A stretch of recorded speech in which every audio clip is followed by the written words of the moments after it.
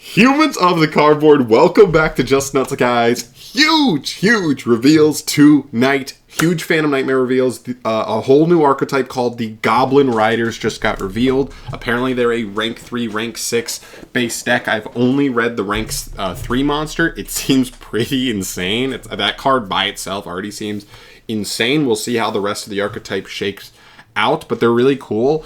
By the way, shout out to Yu-Gi-Oh! Organization. I do not do this enough.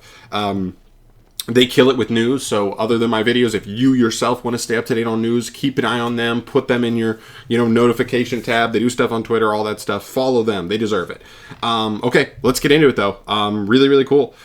Starting off here, we've got Goblin Rider. Oh, also, these guys look like little, the evil gremlins. Like when the gremlins touch water and turn evil. Oh, no, they multiply with touch water. Whatever turns them evil. They look like the evil gremlins, but they're goblins, I guess.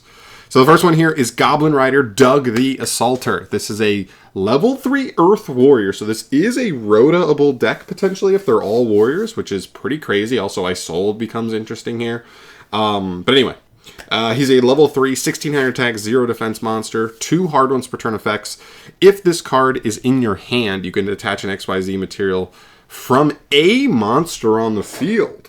And if you do special summon this card, cool, extends itself. And if this card is normally special summoned, add a Goblin Rider spell or trap from your deck to your hand. Holy crap. Okay, so this card's, I've talked about this in previous videos. Konami is pushing the boundaries of what we have come to expect. This is not just a Stratos. This is a Stratos that has an effect to also extend itself, which is really cool. So if there's combos to search him later on, he just jumps out of the hand and then boom, extends you and gets you another plus on top of that. This is a really good card. No ifs, ands, or buts about it. Next up here, we move to Goblin Rider Clutter the Noisy. This is a Fire Beast Warrior. Okay, so this guy actually is a tanky target, which is cool. Also, this guy's riding like a boar. This guy's riding like a bird. It's really cool. They're all riding like animals, which is awesome. Okay. Fire Beast Warrior effect monster, level 3, 1500 attack, 0 defense. You can only use his 2 effects once per turn each. If this card is normal or special summon, target a goblin monster in your graveyard, except for another copy of itself, special summon it. Cool, just reborn stuff. Nothing wrong with that. During your opponent's main phase, if this card is in your graveyard, quick effect, detach an XYZ material from a monster on the field, and if you do, special summon this card, but banish it when it leaves the field. Very interesting.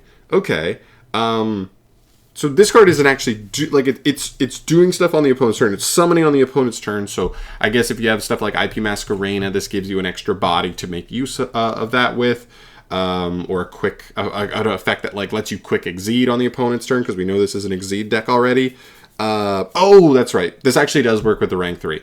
The rank 3 interrupts your opponent if any material is detached from an exceed monster. So this actually helps you do it on the opponent's main phase, which is kind of cool. Nice, not too shabby. Kind of wish this was either player's turn, but nothing wrong with it. Not a bad card at all.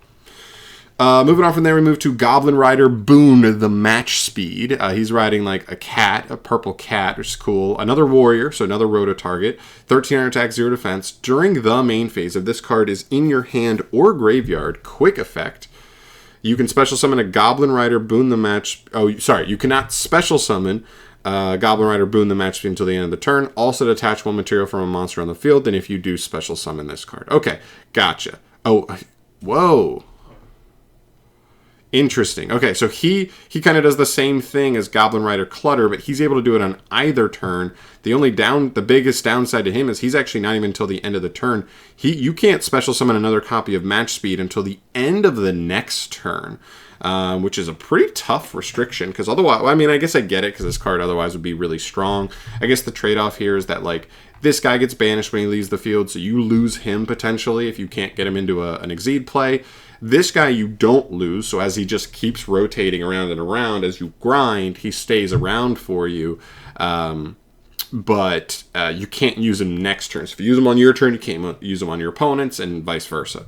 So very interesting. Okay, but again, gives you a way to quick effect, at quick speed, detach a material from an exceed you control, which with at least the one exceed I read gives you an interruption, which is cool. We like that. And the last main deck monster here is Goblin Rider Mianda, the Cold-Blooded. Very cool. He's riding like this big snake, or I think she's riding this big purple snake, purple-green snake. She's a level 3 Water Fiend, 14-0 for the stats. Does Tour Guide have to summon Dark Fiends, or is it just level 3? Level 3 Fiend, and that's it. I think it can. That's interesting. We'll see. If this card is normal or special summoned, you can special summon a goblin monster from your hand, except for another copy of itself. Okay, so it's like a Goblinberg type card to pull stuff out of hand. Not crazy. If this card is in your graveyard, you can attach an XYZ material from a monster on the field, and if you do, special summon this card, but banish it when it leaves the field. That makes a Tour Guide kind of interesting, because Tour Guide goes like normal summon, special summon Mianda, make an Exceed that like detaches a material to like do something, and then you're able to like detach a material again to summon this back, which could trigger the rank 3 monster you already have. That's pretty cool. Kind of just gets her in rotation. That's cool. I like that. So not a bad card either. Honestly, this guy is definitely the best one by far, in my opinion, I think. But these other ones aren't bad, but they're extenders, and it depends on what these do, because it does seem like the deck could just be generically open to rank 3 spam. So Phantom Knights become interesting. Any other like Teratop, Takatomborg become interesting as just like potential things to be able to, you know, be abused in this engine generically.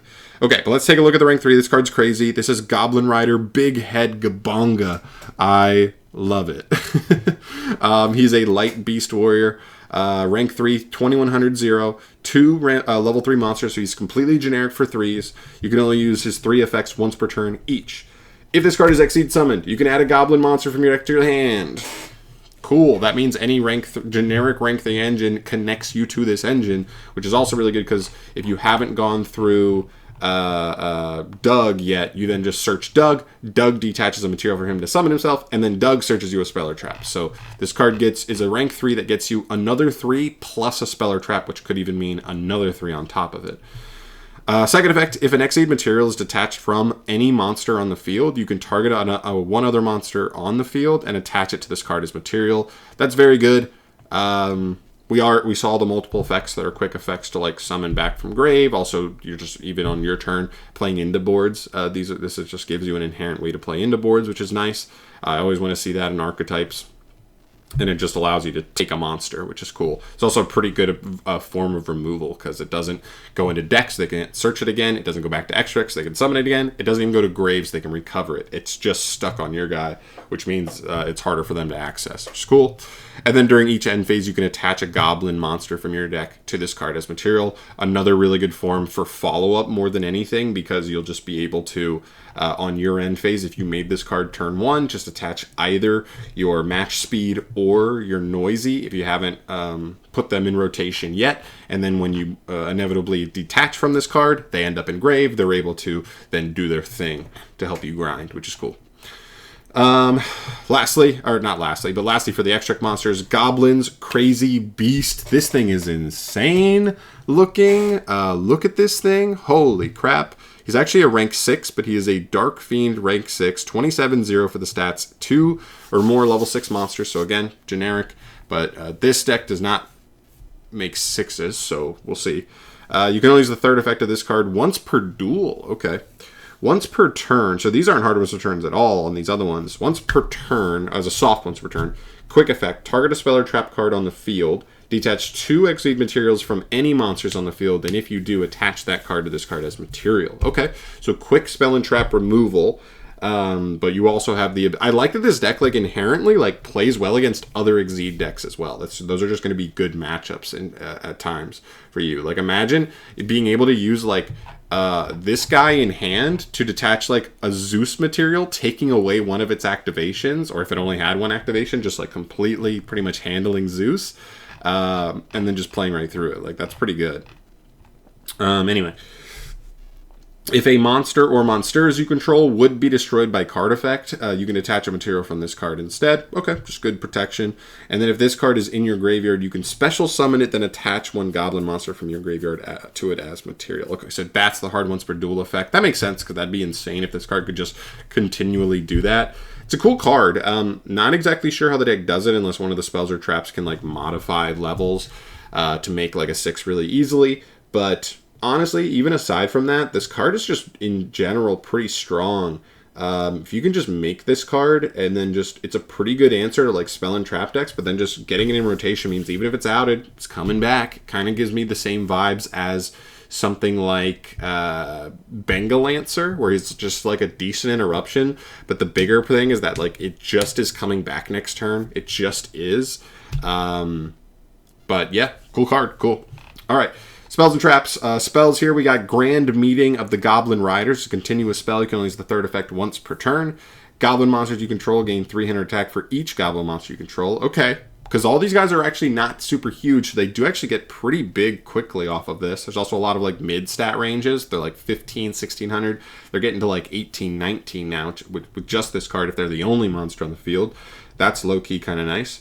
During your main phase, you get an additional normal summon for a goblin monster. That's pretty welcome as well, for sure.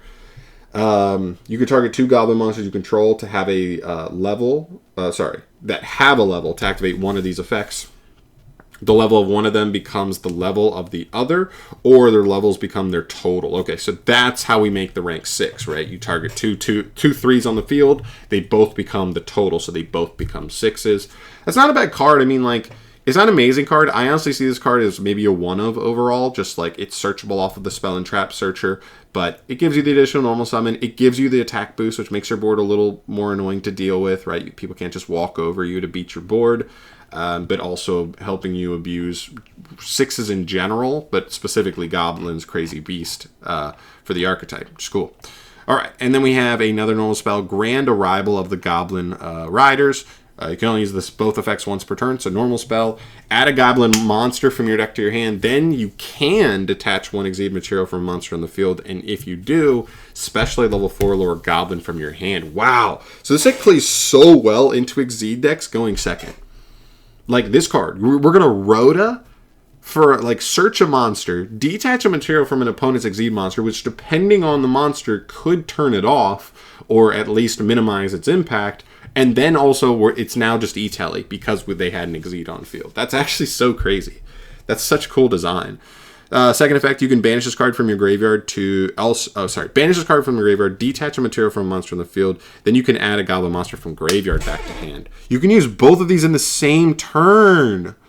Yo, Konami's making like some crazy Rhodas lately. I mean, the Sinful Spoils Rhoda is like insane. Wow, this card's insane. This card's really nice. And the last one here we have is Goblin Rider Stampede. It's a continuous trap. You can only use the first and second effects once per turn, and only once that turn, so can't do both. During the main phase, you can immediately after this effect resolves, do a quick Exceed summon. Okay, that's kind of cool, especially because you have the guys who can quick effect jump on field on the opponent's turn. That's nice. Second effect, if you control a Goblin Exceed monster, you can target 1 effect monster on the field, detach a material from a monster on the field, and if you do, negate that target's effect until the end of the turn. So you get to choose if you either want this to be a impermanence every single turn, or you want this to be a quick effect synchro Exceed summon on it during either player's turn. Not a bad card. Could easily be a 1 of in the deck just because it's searchable off of your boy, which is nice. Okay. Cool. I think this is a really good start to an archetype. Do I think it's all the way there yet? Probably not. I don't see the overall full-on win condition just yet, unless this needs to combine with something that already exists, Phantom Knights, etc., other just level 3 based engines that can just kind of pump out rank 3s. But it is cool. It's giving me some Sprite vibes in that sense. I would say the one thing it feels like they're missing is they don't have a dedicated starter. You've got some cool extenders. This card, I guess, could be considered a starter because you normal it and it just searches the Rhoda, and then the Rhoda kind of gets you into more stuff. So like he sort of is, but he doesn't seem like an incredibly powerful starter on his own, especially if you have to normal summon him. So we'll keep an eye on that. But yeah, all in all, not disappointed. Also, wait, I think there were 2 more cards as well. We need to see if those dropped. Okay, yeah. Okay. So even more support here. I think we get a new Snake Eye and we get a new Diabellstar card as well. So here we go. Snake Eye Populous. This is a level 1 fire pyro monster. So this is another level 1 fire for Snake Eyes to search, as well as them to summon off of their spell as well. 700 attack, 200 defense. That doesn't matter too much. All 3 effects are hard once per turn. If this card is added to your hand except by drawing it, special summon it. Okay, so if it's searched off of Excel, it just jumps out of the hand. Gives you another level 1. Nice. If this card is normal or special summoned, you can add 1 Snake Eye spell or trap from your deck to your hand. So even as a normal summon, it's not a bad card. But if it's searched, it's even better. And if this card is sent to the graveyard generically, if this card is just sent to the graveyard generically, you can target a fire monster in your graveyard, place it face up in its owner's spell and trap zone as a continuous spell. Interesting that it's owner's, so that you could technically do this to your opponent's fire monsters. Oh, I'm sorry. Huh? Why would you... Okay, whatever. I guess you're only doing your own. Because it says a monster in your graveyard. I wonder if that's supposed to be the graveyard. So that way you could theoretically move an opponent's fire monster to their spell and trap zone. This card seems insane for Snake Eye. I think this really helps push the engine, push the potency of the engine.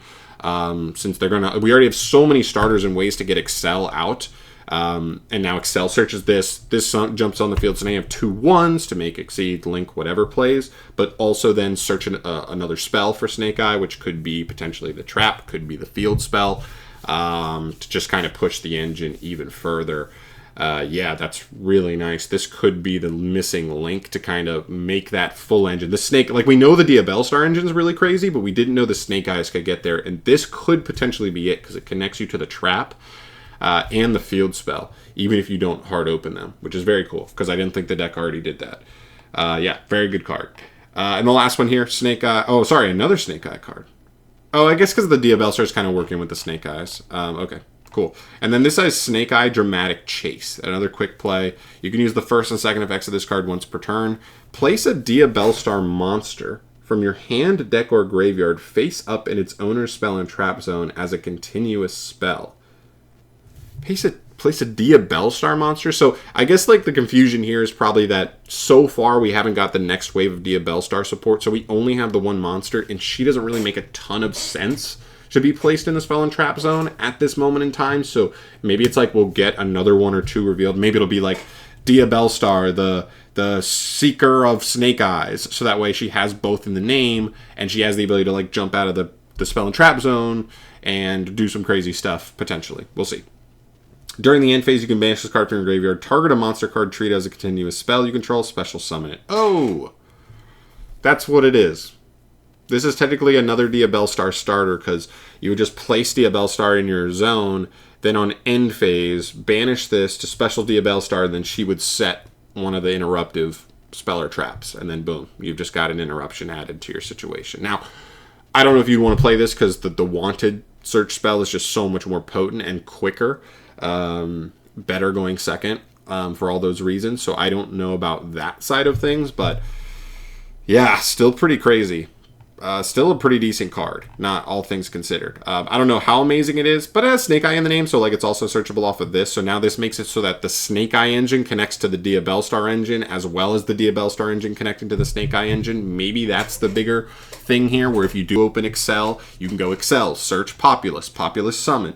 Populous gets you this card. Then this card places Diabellstar. Then on end phase, it summons Diabellstar. Then she sets an interruption. So you're getting you're getting 2 level 1s, which could be an SP Little Knight, whatever you can do from there with rank 1s, or if you had another extender. That's all just off of 1 card. I do think that makes them pretty interesting because they now connect to each other, not just Diabellstar to Snake Eye, but the other way around. But particularly, this card's crazy. I also think the archetype's really cool. Let me know your thoughts down below on either of these. If there's any other interactions you think with the 2 new Snake Eye cards that I'm missing here that are important to note. Just going off of what I have off the top of my head, as well as your thoughts for the Goblin Riders. How good are they so far? What do they work with that you think like they might need to be combined with right out the gate? I'd be curious to hear about that. And yeah, just your overall thoughts. Sorry this is a long video. A lot of really cool stuff tonight. I was really excited to talk about it. Went pretty in depth, but yeah, hopefully I did them some justice. But I'm out of here for today. Thank you so much for watching as always, guys. Subscribe to the channel for more stuff from me down the line, and I'll see you in the next video. Peace.